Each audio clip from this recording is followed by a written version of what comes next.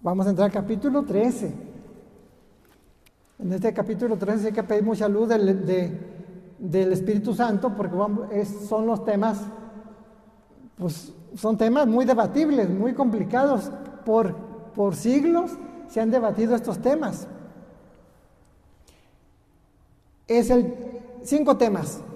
Discurso escatológico, el comienzo de los dolores, el primer tema. Segundo, la gran tribulación. Tercero, la manifestación gloriosa del Hijo. Cuarto tema, parábola de la higuera. Y el quinto, estar alertas. Bueno, empezamos entonces con el primer tema, el discurso escatológico. Este discurso también se le conoce como el discurso del Monte de los Olivos. Porque este discurso Jesús lo dio, ¿en dónde? En el Monte de los Olivos, ¿verdad? Entonces, hay un discurso de las bienaventuranzas o el discurso de las montañas. ¿Han oído de eso? ¿El sermón de las montañas? Eso es el capítulo 5, 6 y 7 de San Mateo. Es así como que lo más conocido para nosotros, el sermón de la montaña. Bueno, este también es un discurso muy importante.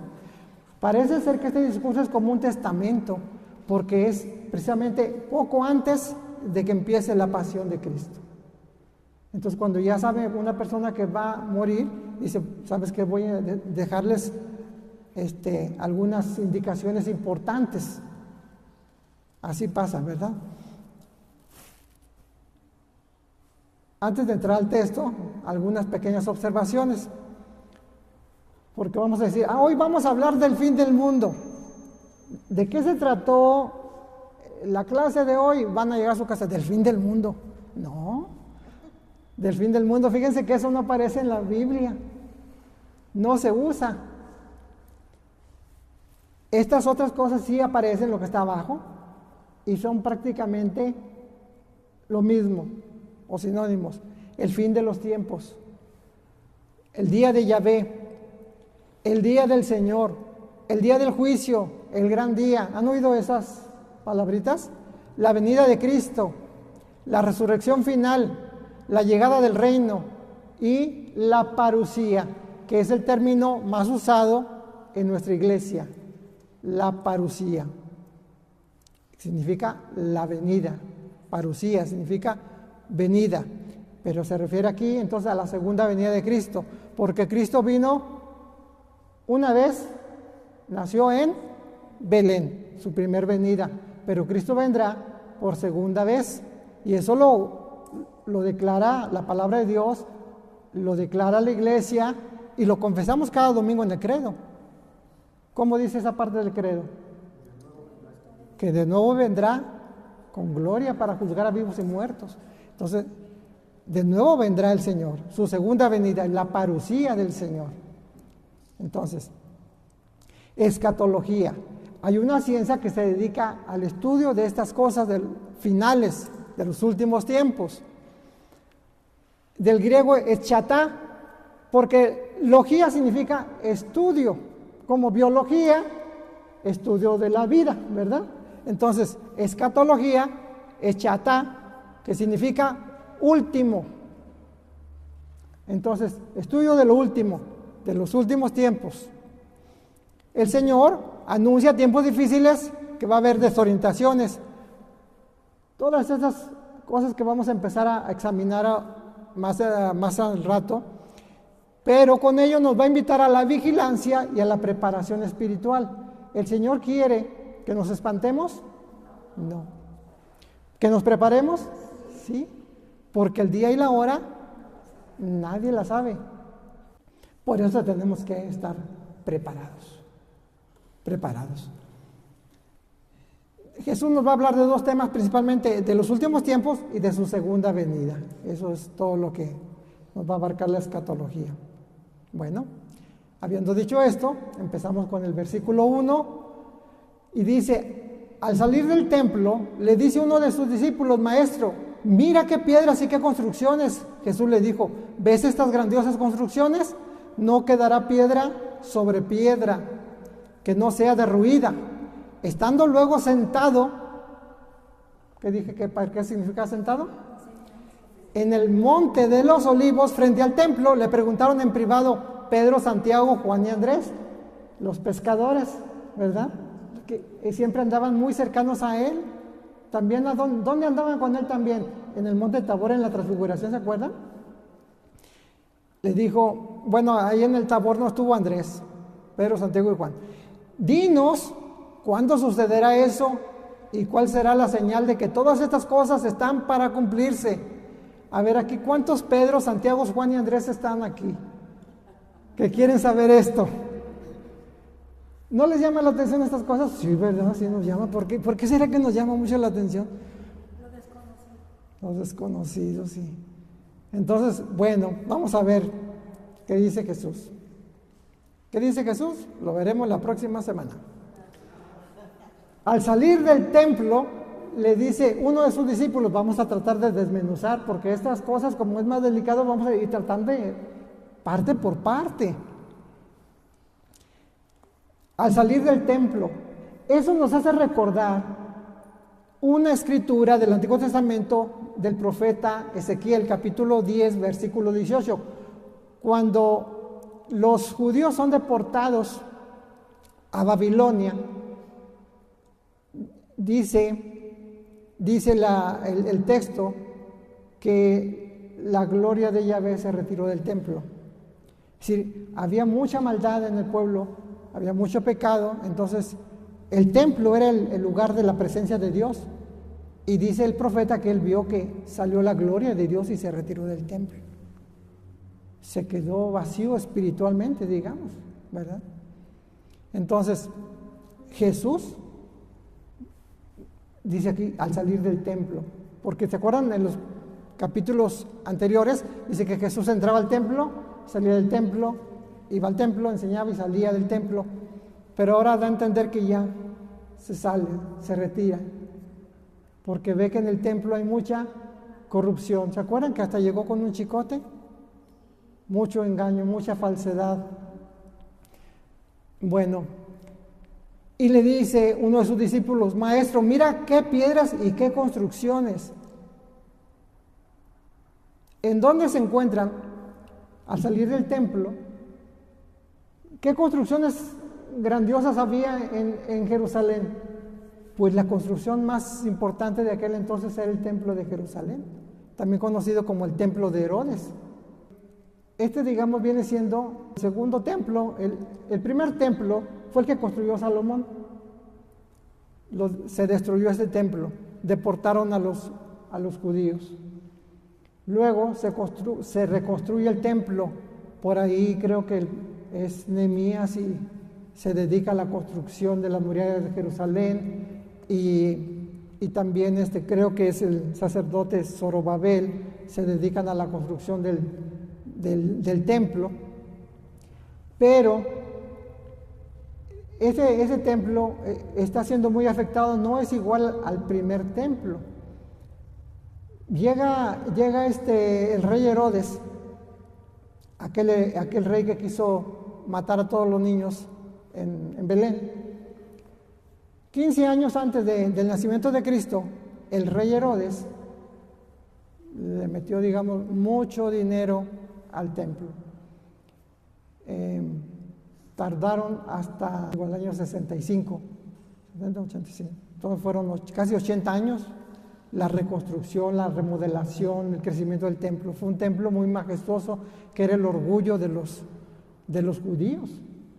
Y el templo para los judíos era el centro de su vida religiosa. Durante 1000 años fue el centro de su vida religiosa. ¿Por qué? Porque ahí estaba la presencia de Dios. No había otro templo. En todo Israel solamente había un templo. Y ¿recuerdan del templo? Se dividía en varias partes, pero había la parte central, era el lugar santo y el lugar santísimo. ¿Qué había en el lugar santísimo? El arca de la alianza, un cofre cubierto de oro con 2 seres alados llenos de cubiertos de oro, y adentro que estaban las tablas de la ley, los 10 mandamientos. Se encontraba también la vara de Aarón y se encontraba también una porción del maná, ese alimento que caía del cielo. Bueno, y ahí entraba a ese lugar, entraba el sumo sacerdote una vez al año y era una manifestación de la gloria de Dios. Entonces, refiriéndose al templo, maestro, mira qué piedras y qué construcciones. Dice que construido con alabastro, mármol y oro abundante. Las medidas del templo de Jerusalén o de Herodes, ahí está, 457 metros de largo. Calcúlenle más o menos por como cuadras, 4 cuadras y media. ¿Como de aquí a dónde, ingeniero? De aquí hasta de aquí al puente serán 4 cuadras y media. Pues vamos a poner que desde la esquina del Oxxo allá hasta allá. ¿Sí? No más, porque son más, ahí han de ser como 2 cuadras esta universidad. Son 4 cuadras y media de largo por 3 y media de ancho. Grandísimo. Y luego estaba, pues ahí dice, con oro abundante, el mármol y los mejores materiales. Un dato curioso, fíjense, que los arqueólogos nos explican cómo pudieron mover todas esas piedras. Han oído hablar de las pirámides de Egipto, ¿verdad? Dicen, ¡ay, que las pirámides! Mire, las piedras del templo en comparación con las pirámides, eran chiquitas. Llegaban a pesar las piedras de las pirámides egipcias entre 25 y 80 toneladas. Bueno, acá hay piedras que pesaban más de 500 toneladas.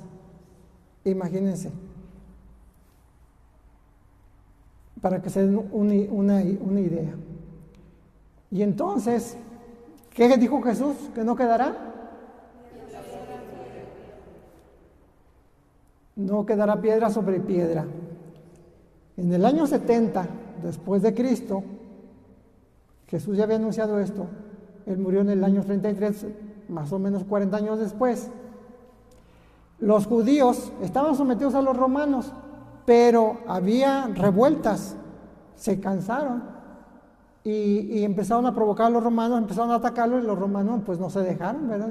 Pues como un pueblito ahí chiquitillo se nos está rebelando. Entonces mandó su ejército, sitiaron Jerusalén, lo dominaron y entonces muchos de los judíos, pues hubo mucha matanza y todo y huyeron mucho a todos lados y algunos se fueron a refugiar al templo, porque el templo pues era lo más seguro, el edificio más grande que ellos tenían. Entonces, ¿cómo los iban a sacar ahí? Prendieron fuego. Hemos visto ahorita en las noticias cómo el fuego allá ha acabado con las casas y con carros, con todo. Hay gente que ha llegado y no encuentra nada. Y aquí tiene la bicicleta, ya no está. La moto ya no está. Nada, no había nada. Entonces, ¿qué pasó con el oro? Se empezó a derretir y se metió entre las piedras, y entonces los romanos dijeron, pues nos vamos a llevar el oro. Pues empezaron a quitar también las piedras y todo, acabaron con todo. Por eso solamente queda una parte de eso, es un muro. Pero todavía en la actualidad hay túneles para poder ver piedras que están abajo, enormes, que están sosteniendo esos muros. Es muy interesante. Entonces, los discípulos que decían lo grandioso del templo, ¿tenían razón? Pues tenían razón. Pero entonces ahora Jesús se da cuenta que muchas veces nosotros idolatramos las cosas, los bienes materiales. Y mira, hasta nos pasa ahora no, yo voy a aquella iglesia porque ya está más grande, allá sí va mucha gente. No, quedó bien bonita y la iglesia de acá. Yo voy a una que no tiene ni paredes, no tiene ni piso, es de tierrita. Ahí es la misa dominical, nomás hay una misa a la semana. Y ahí pues ahí. Tengo hasta un video de cuando esos días que nos agarró la lluvia y todos amontonados que no habíamos ni por dónde ponernos porque tiene unos techitos de lámina, pero escurriendo el agua por aquí y por allá, sacándole, a la hora de la comunión, sacándole la vuelta para comulgar porque están las... Sí. Pues eso no es lo importante, ¿verdad? Pero mucha gente sí se deja llevar por lo importante, por las cosas, por esas cosas. No, hombre, allá está muy bien porque hasta estacionamiento tiene. No, allá no. Allá en el centro no, pues no hay ni dónde estacionarse, ¿verdad? Dice, pues no pongan sus ojos en esas las grandezas humanas, porque todo se acaba en un momento. En un momento se puede terminar. Dios es nuestra herencia, Él es nuestra confianza. Y pues Jesús, es decir, venía una nueva etapa con Jesús. Terminaba la antigua alianza y comenzaba la nueva alianza. Este es mi cuerpo, esta es mi sangre, sangre de la alianza nueva y eterna. El pacto de Dios con los hombres que se hizo en la antigüedad llegaba a su término y comenzaba un nuevo pacto, una nueva alianza. Entonces, ahora, pues ya no necesitamos aquel templo, porque el templo es Jesús. ¿Ven que dice Jesús? Y todos estamos injertados en Cristo. Y en Cristo también, por el Espíritu Santo, somos templos del Espíritu Santo. El templo, la iglesia es un templo espiritual, más que un templo material. El templo material son consagrados y nos ayudan a adorar a Dios, a renovar esa alianza nueva y eterna todos los días, ¿verdad? Bendito sea Dios por estos templos que nosotros tenemos. Entonces, estando luego sentado en el monte de los olivos frente al templo, ¿se acuerdan que en otra clase hablaba de que en Jerusalén hay varios montes? ¿Alguien se acuerda cuántos? Hablamos de 3. Se dice que hay 7, pero básicamente son 3. ¿Cuáles se acuerdan ustedes? ¿El monte qué? Moria. Sí, en el monte Moria, en ese monte está construido el templo. Ahí está construido el templo. No, el monte Tabor estaba más después, sí. Entonces está el monte Sión y el monte de los olivos, básicamente. También fuera de Jerusalén está el monte Calvario, ¿verdad? Donde Jesús fue crucificado. Pero bueno, dice, esa es una colina, el monte de los olivos, una colina por encima del monte del templo. A ver, ahorita puse por ahí un mapa. Es el sitio de la victoria de Dios. El profeta Zacarías en el capítulo 14, verso 4, escribe: saldrá entonces Yahvé y combatirá contra esas naciones como el día en que él combate, el día de la batalla. Aquel día se asentarán los pies en el monte de los olivos que está frente a Jerusalén, al oriente. Norte, sur, oriente, poniente. Entonces está al oriente, ¿sí? Ahí está, al oriente. Según esta escritura, cuando venga el Mesías, para los judíos, que sería para ellos su primera venida, para nosotros la segunda venida, va a venir al monte de los olivos. A ver, ¿qué sabemos del monte de los olivos? El monte de los olivos, ustedes saben muchas cosas del monte de los olivos. Jesús allí fue apresado, allí fue traicionado por Judas. Ahí Jesús hizo esa oración donde era tanta su angustia que estuvo orando que le escurrieron gotas de sangre de su frente, ¿verdad? De su cabeza. ¿Qué más sucedió ahí? Ahí sucedió también que vino un ángel y lo consoló, vino un ángel. ¿El beso de Judas? Sí, pues ahí fue el beso de Judas, la traición, exactamente. Entonces, ¿qué más se acuerdan de ahí? Jesús también desde ahí, viendo Jerusalén, lloró. Jesús lloró. El monte de los olivos. Un momento de mucha soledad, sí, porque se solo. Y luego los apóstoles, todos dormidos, que no lo acompañaron a orar. Hay una tradición que enseña que ahí Jesús enseñó el Padre Nuestro. Otra tradición dice que fue en el Monte de las Bienaventuranzas. Pero también ahí, muchos piensan también ahí, porque en el Evangelio de Lucas, a ver, vamos a ver Lucas capítulo 11. Lucas 11, fíjense. Lucas 11 dice: estando él orando en cierto lugar, y cuando terminó le dijo uno de sus discípulos: Señor, enséñanos a orar, como enseñó Juan a sus discípulos. Él les dijo: cuando oréis, decid: Padre, santificado sea tu nombre, venga tu reino. Empezó a enseñar el Padre Nuestro. Dice, estando en cierto lugar. ¿Y cuál lugar era ese? Vamos a ver tantito antes. ¿De qué se trata el pasaje anterior a eso? De Marta y María. ¿Y dónde vivía Marta y María? Betania. Vivía en Betania, y Betania se encuentra a faldas del Monte de los Olivos. Entonces, por eso muchos suponen que él estuvo ahí con Marta y María cuando les dijo: María, María, no, más bien a Marta le dijo: Marta, Marta, muchas cosas te preocupas, andas de arriba para abajo, pero una cosa es suficiente y necesaria, es lo que hizo María.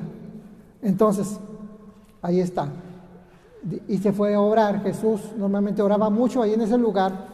Por eso este lugar del Monte de los Olivos es uno de los lugares más sagrados de Israel. Y está lleno de árboles de olivo. Bueno,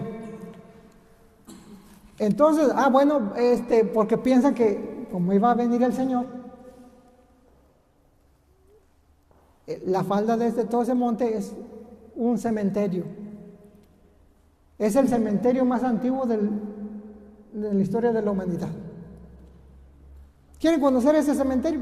Hay que ir allá. Es el más antiguo. 150,000 tumbas. Sí, a las faldas. La gente de dinero, toda la gente compra ahí. Dice, pues, aunque me sepulten ahí, porque a la hora de resucitar van a ser los primeros que van a resucitar. Eso piensan. Entonces, imagínense cuánto cuesta ahí un lugarcito.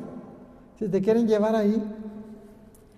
Entonces, oye, otra cosa también interesante en el Monte de los Olivos, la ascensión del Señor.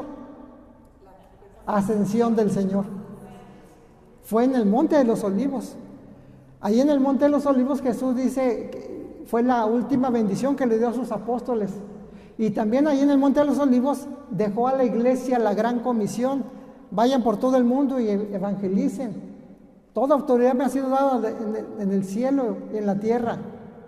Vayan y anuncien el evangelio, bauticen en el nombre del Padre, del Hijo y del Espíritu Santo. Todo eso fue en el Monte de los Olivos. Interesante, ¿verdad? Sí, ya se acabó el tiempo. Y entonces, ¿se acuerdan cuando Jesús ascendió? ¿Sí se acuerdan de ese pasaje? ¿De la ascensión? Sí. ¿Qué se acuerdan de eso? Que ellos estaban mirando y llegaron unos ángeles y le dicen: ¿qué están mirando? Dice: pues así como se fue, así vendrá. Por eso dicen: no, mejor agarra un lugarcito ahí, ¿verdad? Ahí está el Monte de los Olivos, el Monte Moria, ahí está el templo. Allá, arriba donde dice Monte Moria, ahí está el templo, y el Monte Sión, donde está construido Jerusalén. Entonces, el Monte de los Olivos está más o menos 60 metros encima de todo lo demás. Y si tú vas al Monte de los Olivos, desde ahí ves todo. Una panorámica extraordinaria. Vas ahí, ¿verdad? Muy bien. Este es para niños. Después se lo paso a los catequistas. El dibujito. Allá está el huerto de Getsemaní y varias cosas. Sí. Y miren, del otro lado está donde Jesús fue crucificado. Muy bien. Termino con esto. Dinos cuándo sucederá eso y cuál será la señal de que todas estas cosas están por cumplirse. Todos quieren saber cuándo sucederán estas cosas, cuál será la señal, porque apenas va a explicar todas las demás cosas que van a suceder. Esto lo quise anotar ahí para que no se me fuera a olvidar. Jesús nos advirtió acerca del futuro para que aprendiéramos a vivir el presente. Porque según como tú vives ahorita, estás construyendo tu futuro. Lo que vives ahorita en la actualidad va a ser como vas a vivir en la eternidad. Qué importante. Las predicciones que Jesús hizo, no las hizo para que adivináramos cuándo ocurrirían. Eso no le interesa a Él. Por eso mucho ojo cuando salen que hay un profeta, que un vidente, y que ya están diciendo de las cosas de los últimos tiempos y cuándo van a pasar las cosas. Mismo Jesús dijo que no sabía ni la hora, ni el día ni la hora. Tengamos cuidado cuando esas cosas se anuncian. Si nos anuncian que para prepararnos para las cosas finales tenemos que convertirnos, arrepentirnos, orar, ayunar, eso sí, ¿me entienden? Eso está bien, pero hay personas, hay congregaciones no católicas que han anunciado ya fechas y no se han cumplido. No las hizo para que adivináramos cuándo ocurrirían, sino para ayudarnos a mantenernos espiritualmente alertas y preparados siempre, esperando su venida. Oremos. Señor, gracias por la enseñanza de tu palabra.